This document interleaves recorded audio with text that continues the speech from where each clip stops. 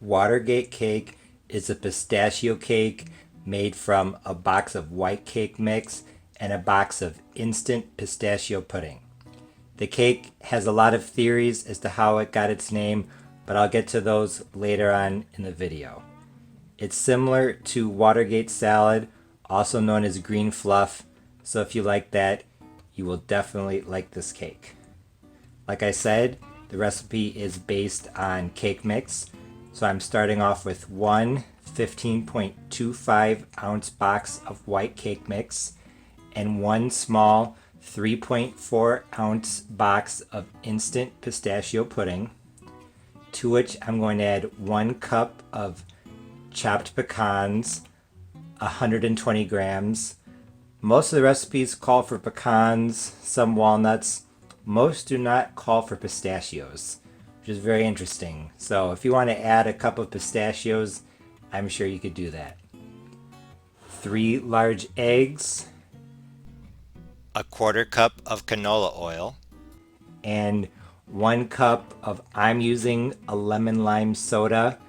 Some of the recipes call for ginger ale, some call for club soda, some call for lemon lime soda. I think the lemon lime soda would be good because it has a tartness to it, and so does pineapple, and crushed pineapple is in Watergate salad. So I'm going to go with that.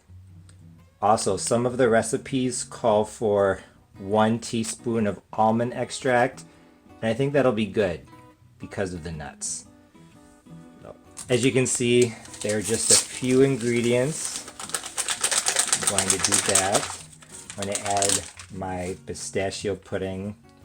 I may add a little bit of water to this too. We'll see how thick the batter is.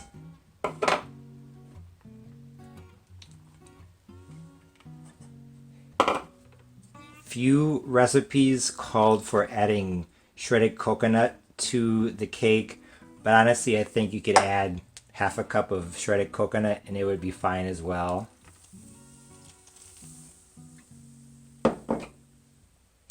Almond extract. I'm sure that vanilla would be good as well.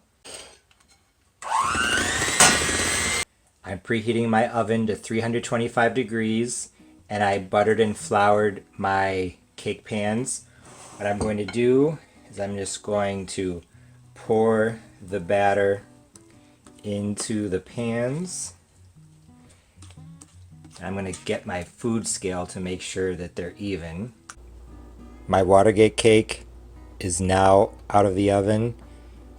It was in at 325 for 30 minutes. Now I'm going to let the 2 layers cool for about 15 to 20 minutes.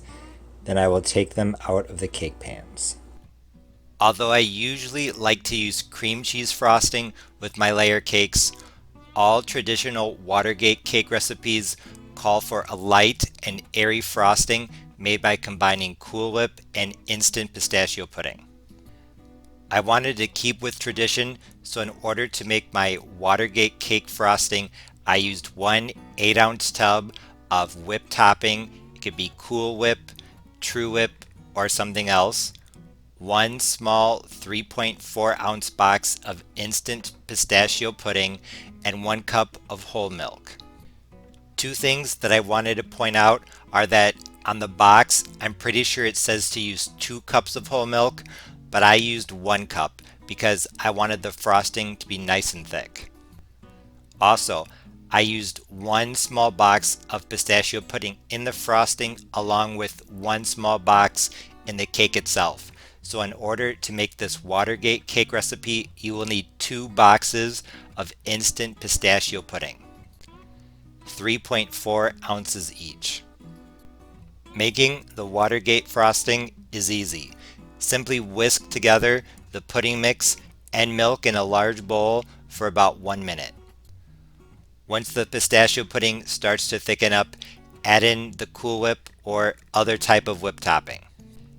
And just like with the Oreo pie that I did recently, instead of mixing normally, it's best to fold in the 2 ingredients, moving your spatula from the bottom up to the top.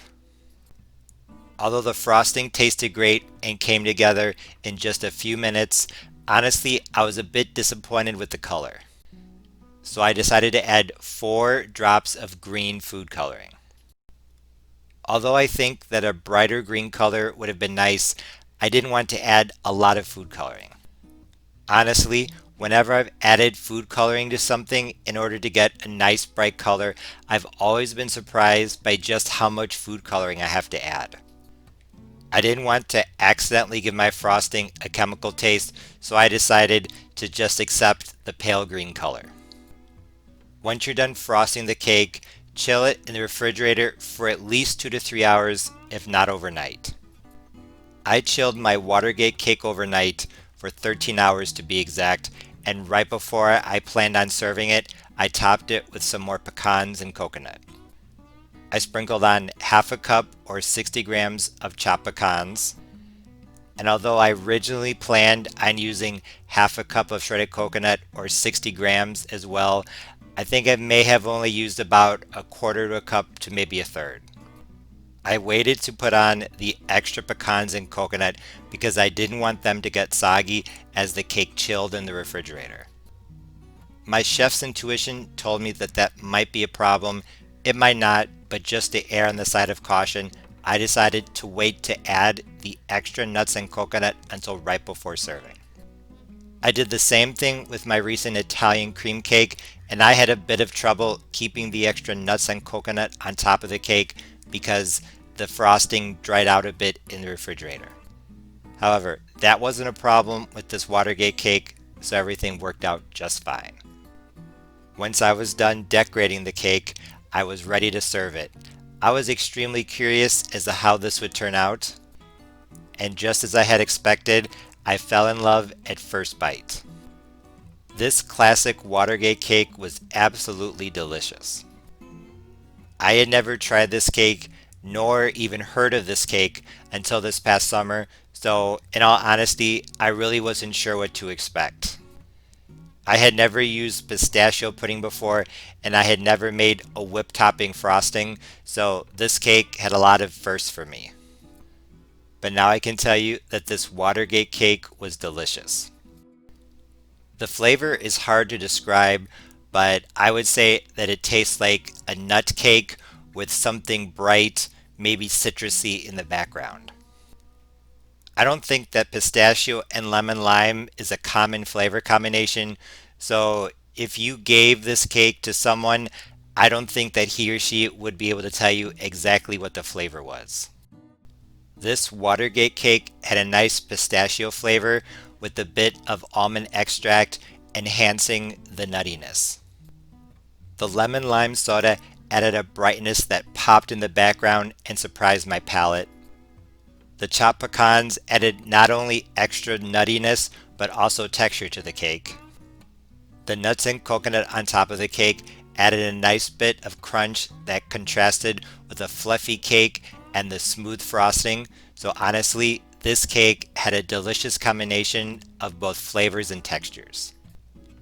I also wanted to say that the whipped topping frosting was extremely delicious considering that it was so easy and only had 3 ingredients. Although the origin of Watergate cake is a bit unclear, it's thought that maybe it was named after the Watergate salad, which was developed at a hotel and had very similar ingredients. Another theory is that the cake's name is in reference to the 1970 scandal with Richard Nixon. The connection being that the frosting covers up a cake that is full of nuts. For more information about retro food history, you should definitely check out my friend Jill over at Yester Kitchen.